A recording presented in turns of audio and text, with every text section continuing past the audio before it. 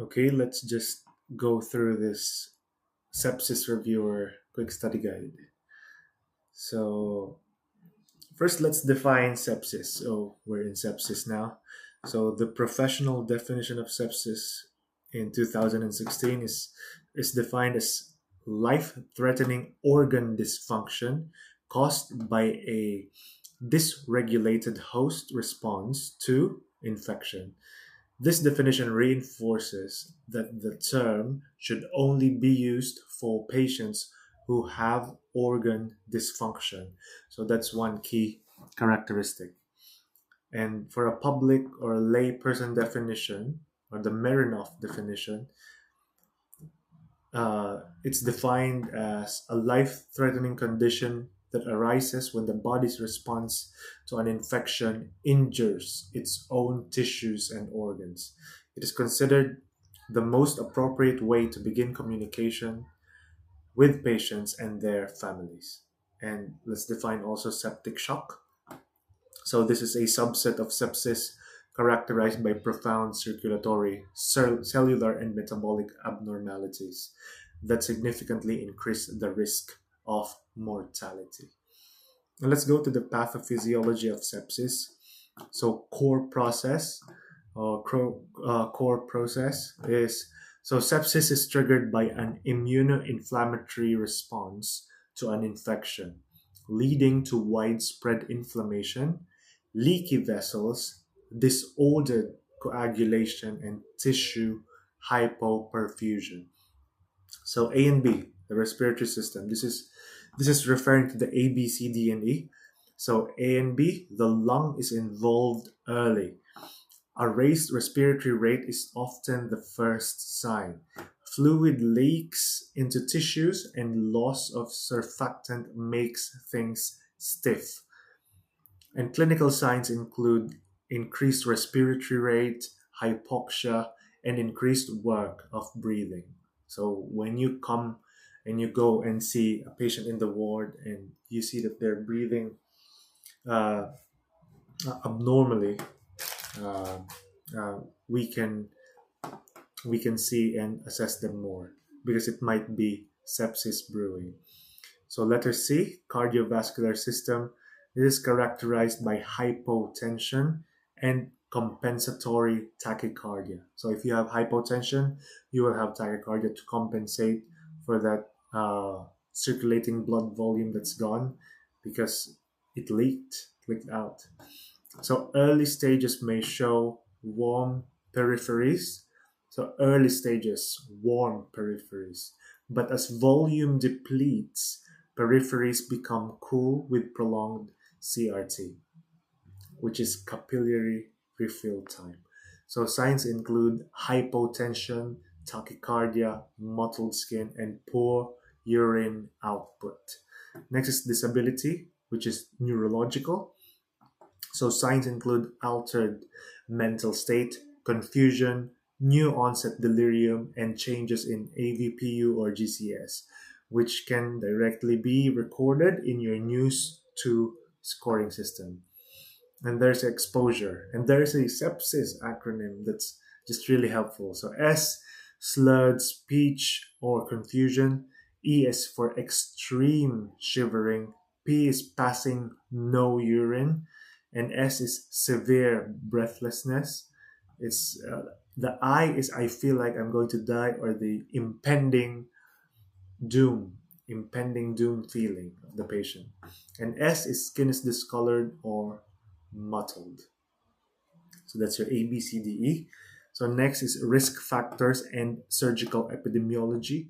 General risk factors is, of course, the very young, less than 1 year old, and the older people greater than 75 years of age. Individuals with impaired immune systems or frailty, and those recently pregnant. And of course, those who are on steroids or immunosuppression. So, surgical patient risks. Surgical patients are considered to have impaired immune systems, especially 6 weeks post procedure. Risks include indwelling lines, catheters, breaches in skin integrity, common sources are surgical site infections, UTIs, and anastomotic leaks. So those are the most common. So recognition and screening. So challenge in surgical patients. So the body's normal stress response to surgery, SIRS, can mimic sepsis. So post-op analgesia and fluid shifts can also confound your assessment. So SIRS versus sepsis. By the way, SIRS is the systemic inflammatory response syndrome, which is a common response from, since we're talking about surgery. So it's surgery, but it can be a response which can be triggered by anything that can result to inflammation. So let's continue. SIRS criteria are not part of modern sepsis screening, so it's not part of it. So screening tools, the NEWS2, which I mentioned earlier, is the recommended tool for assessing illness severity. SOFA is used to in critical care to measure organ dysfunction, and QSOFA is no longer recommended. So NEWS2, I believe, is the gold standard now because it's being used in every setting, and it also has the response or responses that you need to do. So risk stratification and management. First is the red flag risk. So criteria is a new score of greater than 7 or score of greater than 5 with signs like mottled skin, cyanosis, lactate greater than or equal to 2 millimoles per liter, or recent chemotherapy. Management requires immediate escalation in the sepsis 6 bundle within 1 hour, which is also termed as the golden hour. In photography, there's also the golden hour, an hour before, 1 hour after sunrise, and 1 hour before sunset.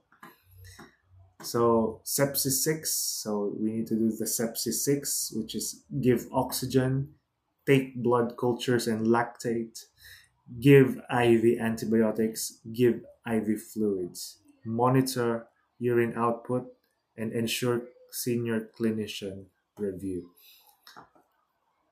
And of course, amber flag risk management is to discuss with a senior clinician if antibiotics are needed. Give within 3 hours, escalate to red flag if labs show AKI or lactate greater than 2. So antimicrobial stewardship and cognitive bias. Let's discuss that for a bit. So antimicrobial stewardship aims to minimize antibiotic misuse. So in sepsis, this means starting with broad spectrum antibiotics and then de-escalating to targeted treatment once pathogen is known. And cognitive bias, these are mental shortcuts that can lead to clinical errors. Martha's rule is an example of a system addressing this. Challenge bias by listening to patients, families, and engaging in team reflection. So don't disregard anything, and every patient is different, and that's a challenge for all of us. And I urge you as well to finish the multiple choice quiz, and let's review some essay questions. I have 10. So compare and contrast the professional sepsis 3 and layperson Marinoff definition. Explain the rationale for having two distinct definitions. So sepsis 3 professional definition is life-threatening organ dysfunction caused by a dysregulated host response to infection, providing a specific clinical benchmark, while the Marinoff layperson definition is a life-threatening condition that arises when the body's response to an infection injures its own tissues and organs, designed for accessible communication. The rationale is to have precise definition for clinical use and research, and a simpler one for public awareness and patient education. So we must always speak on the level of our patients and the public. Number 2, describe the pathophysiology of sepsis, detailing the specific effects on the respiratory or A and B, okay, and cardiovascular system, so the A, B, and C. So sepsis involves a dysregulated immunoinflammatory response causing widespread inflammation, leaky vessels, hypotension, and disordered coagulation. In the respiratory system, this leads to a raised respiratory rate, fluid leakage into lung tissue, impairing oxygen transfer, and loss of surfactant, causing lung stiffness or decreased compliance. Let's repeat that one more time. In the respiratory system, this leads to a raised respiratory rate, which we've spoken a while ago. These are early signs.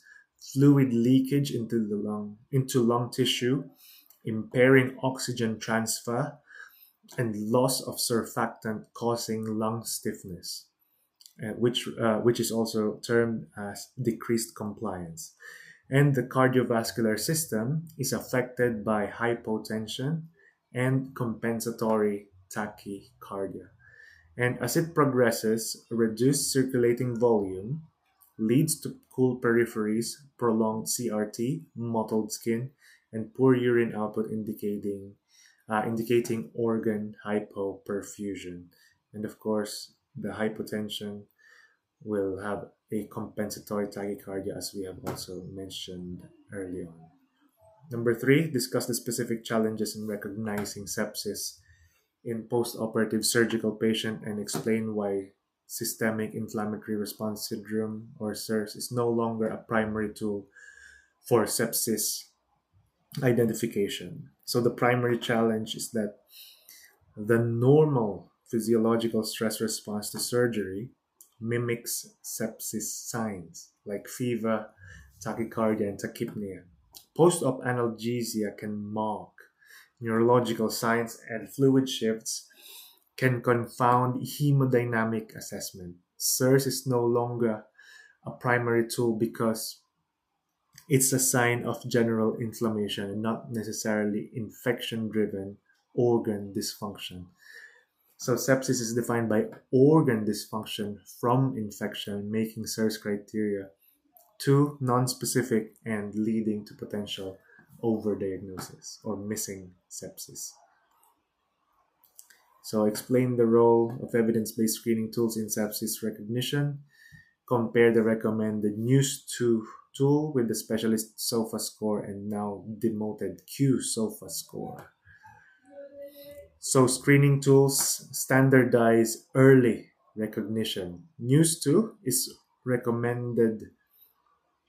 the recommended track and trigger tool for general acute settings, identifying unwell patients from any cause. The SOFA score is a more detailed tool used in critical care to formally quantify the degree of organ dysfunction. The Q SOFA score is a simplified tool that is no longer recommended as it has been found to be less effective than NEWS2 or for timely identification of at-risk patients. So there you go. And define red flag sepsis, outlining the NEWS2 score criteria and immediate management actions required, including the Sepsis 6 care bundle. So red flag sepsis identifies a patient at high risk of death from sepsis. So high risk of death, red flag. Criteria include a NEWS score of greater than 7 or a score greater than 5 with specific markers like mottled skin, cyanosis, or lactate of greater than or equal to 2 millimoles per liter. So immediate management requires escalation to a senior clinician and delivery of the Sepsis 6 care bundle within 1 hour, which is the golden hour. The Sepsis 6 includes giving oxygen, taking blood cultures, lactate, giving IV antibiotics, giving IV fluids, and monitoring urine output. So these questions 6 to 10, I'll leave these to you. And if you found this useful, please consider subscribing, like and subscribe. And for more additional videos or suggestions on what videos I should do next, place it in the comments and I'll see you in the next video.